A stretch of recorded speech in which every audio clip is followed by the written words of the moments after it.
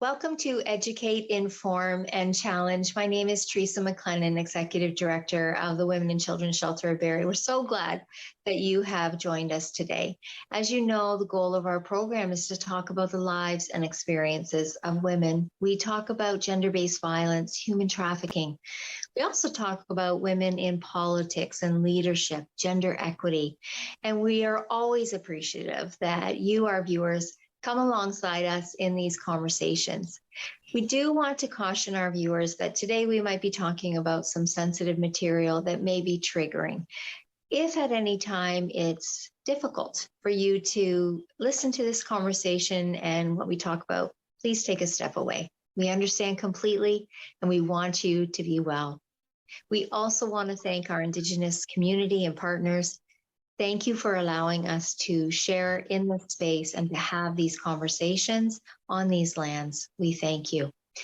So today we're going to change it up and do things a little bit differently. Usually our viewers are used to me interviewing and talking with our wonderful guests. And we're going to change it up a little bit today where I'm going to be the one who is the guest. And I'm going to be interviewed by our development manager here at the shelter, Deb James, and many of you may know Deb James from her radio days, and we're thrilled that Deb has joined our team. Today, Deb's going to be talking to me about the work of our shelter and the importance of women's voices to making change happen in terms of gender-based violence. So Deb, I'm going to hand it over to you, and I'm looking forward to our conversation today. Okay, you're in the hot seat today, aren't you, Miss Teresa? No, very, very excited to turn the tables a little bit because as you mentioned, you know, we're talking to interesting people in our own community, but you're one of those people, and the voice you have for what we're doing at the Women and Children's Shelter in Barrie is phenomenal. So let's just start right there. Let's talk about the shelter and what's going on day in and day out, and maybe what a typical a day would look like for us. Mm-hmm. It's a great question because I still meet so many people in the community who say, I didn't know you existed, the shelter, and I have no idea what goes on there. And so that's why we felt the conversation would be so important today, because in a way, we're thankful that maybe you don't know about us in the community, because maybe that means that you've not had an experience of violence and abuse. Maybe you don't know anyone that has. But most in the community do know someone. Very true. So I am going to give a brief rundown for folks, and this is going to be a very quick summary of everything that we do here, and I'll try my best to cover it all. We are partially funded to provide 27 beds. Our shelter always runs over capacity, and our numbers are 35 beds. So what that means is that we have more women who are calling our crisis line, which is a 24-hour line, more women who are calling us saying, I am living in abuse and I need help. We will endeavor to bring as many women and children into our shelter that we possibly can, pulling out cots, doubling up in rooms, bunk beds, whatever we possibly can do. We want women to be supported in their home community. Never feels good to us to say to a woman, we don't have space, but unfortunately that is our reality. And so what we will do in that case is that we will call our wonderful sister shelters across Simcoe County and ask them if they have space. And we will support in terms of transportation, that woman and her children to get to those other shelters. What we'll always endeavor to try to do is to bring that woman back here to her home community. So that is what our space looks like just in our shelter. Our emergency shelter is very much focused on the highest needs and the riskiest situations that women are in. We do not provide beds for homelessness. We have a very unique, very specialized service that is for folks who identify as a woman who are having an experience of abuse and violence. And that also includes women who are currently involved in or having an experience of human trafficking. We have 2 dedicated beds for trafficked victims, but I can tell you that we always have more than 2 victims, human trafficking victims, in our shelter at any given time. We just have them in the overflow of our other beds. And I would say this, we have only continued to see a rise in the amount of human trafficking victims who are coming and needing our services. We are also part of a national human trafficking hotline, which means that a woman may be living in Alberta and she may be in a shelter there. She may be still with her trafficker, and she may call the human trafficking hotline and say, you know what, I've got family in Barrie, I can go there, but where can I go where I'm going to be safe? And they will give her our contact information. So to be part of that Canadian human trafficking hotline means we are getting phone calls from across the country for women who may need to come and use our services. And we also see that, with women who are here. If their trafficker may find that they are here and they're at risk of staying here, we will find that woman another shelter to go to. And that may be looking to across Canada and supporting women. So, that is quite a bit of information. But in terms of our residential emergency shelter, women will show up at the door with their children. They will call our crisis line and they will say, I need help. I need to escape. I'm at risk. I think he's going to kill me. And so we will work with women to create a safety plan, because we don't want to do anything that is going to cause more harm or put that woman at greater risk. Because what we know is that women are most at risk of being murdered when they try to leave. So part of our safety planning is figuring out when is the safest time for you to come in to our shelter with, yourself or your children.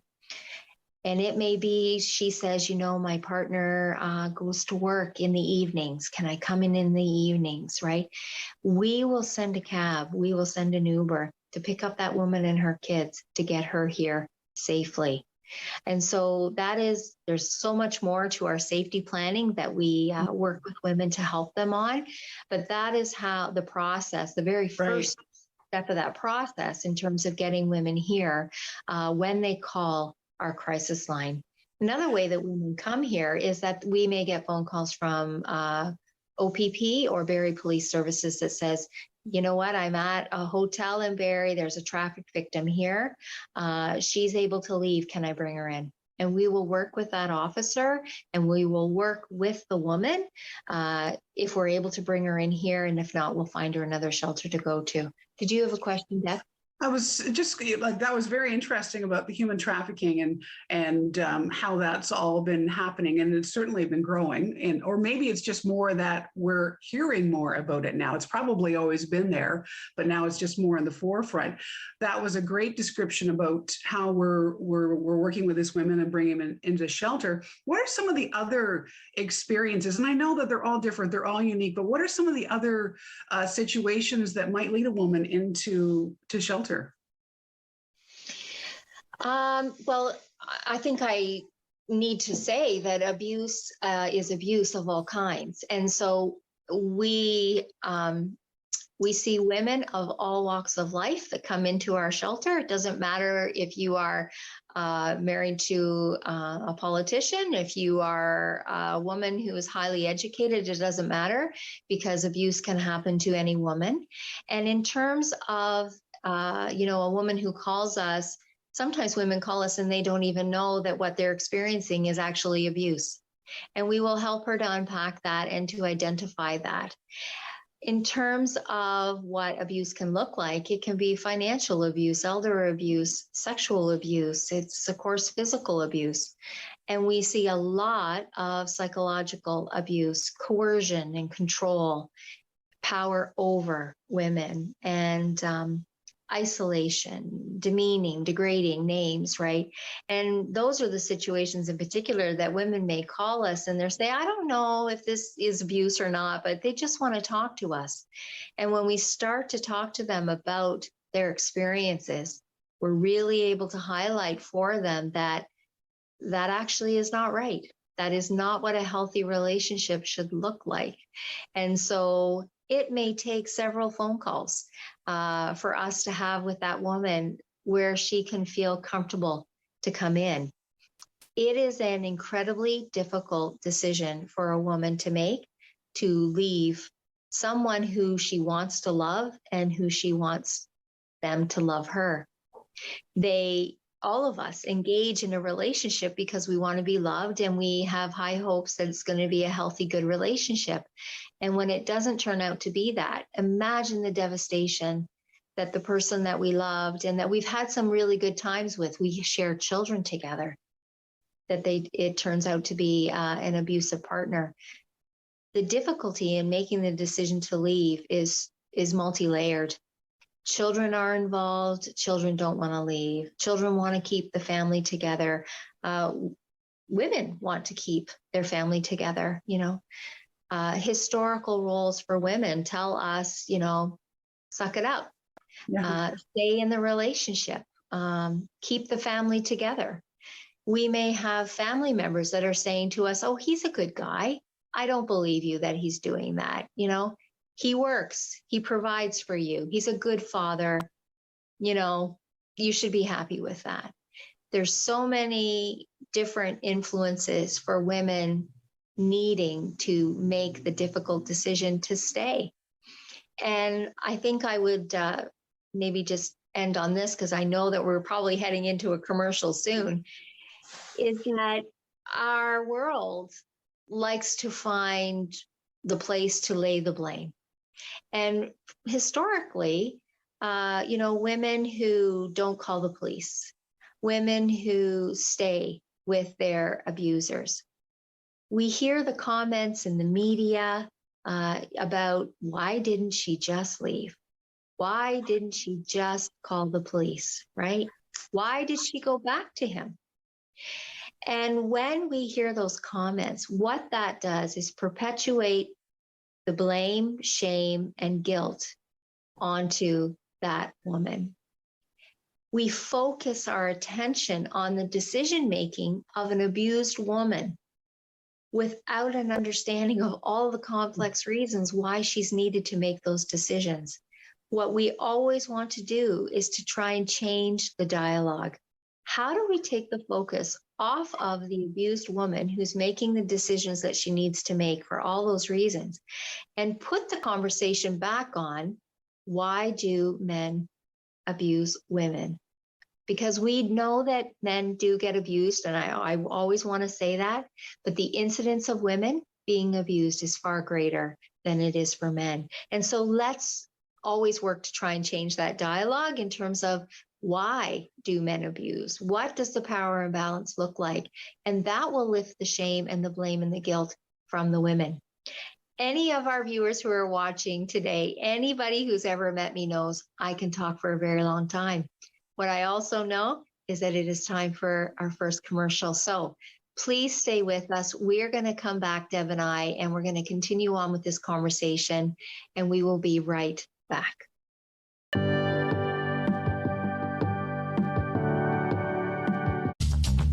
This program is brought to you by Ignite TV. Now you're in command. Visit Rogers.com for more details.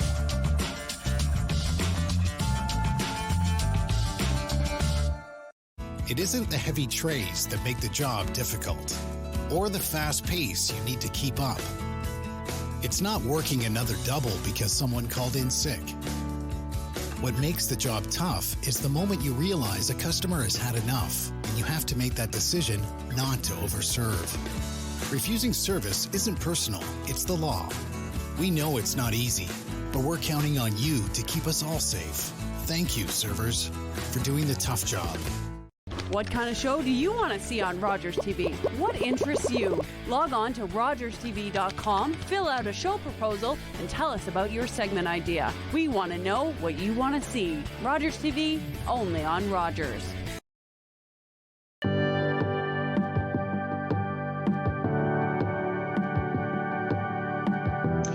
Welcome back to Educate, Inform, and Challenge. I'm honored to be having this discussion with Deb James, our Community Development Manager, and just really thankful that our community comes alongside us and, joins our show. And we hope that it's always an opportunity to educate and inform and challenge our community. So I'm going to throw it back to Deb, who's going to carry on with her wonderful questions. Okay, well, we've had a great overview, I think, of the shelter, the Barrie and Women and Children's Shelter, and kind of what's going on there. But can we maybe dive into that a little bit more? Because it's obviously emergency shelter, and we're bringing women and their kids in, and we're giving them a roof and a bed. And that part, I think a lot of people understand and connect with, but there's a lot more to it. The outreach services and the additional support that we're providing for women is quite a bit. Yes, it is. And so I thank you for the question, because it's so great for our community to know everything that we offer, especially if there is a woman who's watching today who is thinking of giving us a call. Before I talk about our outreach and our children's programming, I do want to mention this. We aim as much as possible to reduce barriers for women and their children to come into shelter. So what that means is that we do provide support to women who are still involved in human trafficking, women who have significant mental health, and also women who are in the throes of addiction or substance use. We feel that we can provide the most help and support to women if they use our services, not putting up walls to deny them services. So that is important, and we always want our community to know we aim to be as transparent that we possibly can, and why not? We have great work that happens here, and we try to reduce barriers. So in terms of our other services, we here in Shelter have a very robust child and youth program. We provide a lot of counseling, therapeutic counseling, to the children who are here in our shelter. Women come in and they are traumatized by their experience, but children come in and they are traumatized as well.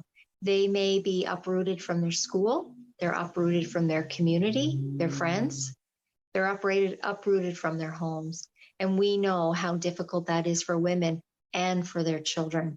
We have different programs like therapeutic horse programs, drum circles. We have children's yoga, art therapy, music therapy, a real wide range of counseling, therapeutic, play-based support for our children, because we know it's a very difficult journey that they are on as well. And to provide support to children is key, because we want to break the cycle of violence. So that is for children who are here in our shelter with their moms. In terms of our outreach services, women who have been in our shelter and leaving for whatever reasons or wherever they may be going, or women who have never come into our shelter, women who have an experience of any kind of abuse in the community can use our community outreach services. So those services include group and individual counseling, transitional and housing support, and family court support program. Those services can continue for a very long time. We do have women who have been involved in those services for years. We know that the journey to healing, once you have experienced any kind of abuse, is a long one. Women may use our services for a time, and then we don't hear from them for a while. Then they find themselves in a new relationship and they're scared. They're worried about the red flags. They're worried, is this going to be a healthy relationship? How do I know, that I'm not getting involved with another abusive partner? And women will reconnect with us. I should offer as well, all of our services are free of charge. And so we want women to not experience any barriers when they reach out to us. And we accept that women will come and go from our services, and that is completely okay with us. We're here whenever women need us, and that's vitally important. I think it's also good to mention that it takes a woman about 8 times to truly be able to walk away and be free from the abuse that she has experienced. And we will be here every time, no matter how many times it takes that woman. Every time she calls us, that's okay with us. A woman may come into our shelter several times and then may go back to her abusive partner. She can call us again anytime. We have no judgment towards the difficult decisions that abused women need to make. And so if you are a woman who has had that experience, who's watching today, please know you can still call us. We do not blame you for the decisions that you've needed to make. We don't carry any of, we hope that you don't feel shame, because we don't feel that way about any woman. And we just have an understanding of how difficult those decisions are. We also provide counseling support to women who may decide to stay with their abusers. And they want tools and strategies about how to manage living with their abuser. And our hope always is that we will be supporting women and that they may make the decision to leave and to come into our shelter. But that doesn't always happen for various reasons. We will support those women, and we will continue to work with those women and be a sounding board for them. Our community of women who've experienced abuse come together and support one another in group facilitated workshops and learnings. And for women who've experienced abuse to be able to connect with and hear from other women is very powerful. And so that is a great service that we offer here, again, free of charge. And we want women to know that they're not alone. And our numbers never lie in terms of how many women here in our community experience violence and abuse. That was fantastic. Can we talk like a little bit about the big picture? We talk, it's right on our main page on the website. We're working towards ending violence against women. And it's a very simple statement, but wow, that's a big one. How do we get that dialogue going? How do we use our voices? How do we engage with everybody around us to actually make that statement happen? It's a great question, Deb, because, our agency's been in the city of Barrie for 42 years, over 42 years. We don't want to be here another 42 years. We want to be working ourselves out of a job, but we can only do that with support and partnership from the community. And, so I'd like to talk about what that looks like, because women have been using their voice forever to talk about ending violence against women. How I navigate, and I know our viewers have heard me say this many times, but how I need to navigate my safety in the community is very different than a man's. My level of risk is very different than a man's. We have so much work to do. Yes, our ultimate goal is to end violence against women. And I hope one day that will truly happen. But we know that there's going to be people doing bad things. And I don't believe that we are going to end violence against women in my lifetime. But if we can engage a community to participate in our events, to use their voice in various ways, together we can end violence against women and have a zero tolerance to that. So I know we only have about 5 minutes left, Deb. So I want to talk about how the many ways are that the community can use their voice. We have a very active survivor thriver group. That is women who have a lived experience of abuse, who choose to use their voice to share their experiences with the community as a means to educate the community about what violence against women looks like. As an agency, in partnership with Rogers TV, we created a documentary called Shelter Me. And that was the story of many women talking about their experiences of abuse, how they navigated that, how it started, and where they ended up.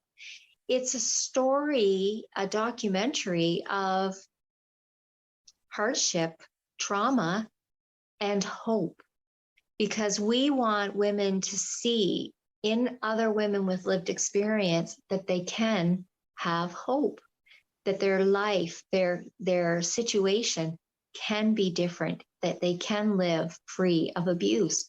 So we hope that our community will check out that documentary called Shelter Me on Rogers TV. It's also on our website, which is berryshelter.com. One of the other things that we did was we reached out to women with lived experience, and we wanted to put those experiences on paper. So a couple of years ago, our agency created and published a book called Shelter Me, and I happen to have a copy right here. This was the book that we published, Shelter Me, and it is, again, the lives and experiences of women who've been abused, poetry, artwork, how they have expressed the situation that they were in. Women who have an experience of abuse want to tell their story. As a community, we need to rally beside them and walk with them and encourage them to use their voice, and we need to listen. You can listen to me speaking and, at various functions and talking. My words will never be as powerful and as meaningful as a woman with lived experience of abuse. And so we want to encourage and support women to use their voice. It is vitally important. We have many community events like Walk a Mile in Her Shoes. That happens the second Saturday of every September. That event encourages women, but in particular men, to come out and use their voice, taking action. They put on a pair of red shoes and they walk a mile. And, it is so profound to have women and men and children walking together, because what we're saying together as a community is, let's end violence against women. The voices of men are very important to making that happen. And so, we've talked about a lot of things today, Deb, and if I can leave the community with these words, it would be this. As an agency, we rely so heavily on your support. We are underfunded. We are over capacity. We try to fundraise as much as we possibly can so that we can do creative things to continue to support women and children in our community. If you would like to participate and rally behind us, please get in contact with Deb, and we will put her email address here on the screen. And I will say this as the final word. If you are a woman who is experiencing abuse, you're not alone. Please call our crisis line 24 hours a day, 7 days a week, anytime, day or night. That number is 705-728-2544. We're here to help you. And we just want you to know that we do want to understand what you're going through. Thank you so much, Deb, for our chat today. And I'm going to say thank you to the community. Thanks, Deb, for allowing me to speak today, because I always like an opportunity to talk about the great work that happens here, but also to encourage our community to rally and be and walking beside us. So thank you again, and we will see you all next time on Educate, Inform, and Challenge. Take care, everyone. Bye-bye.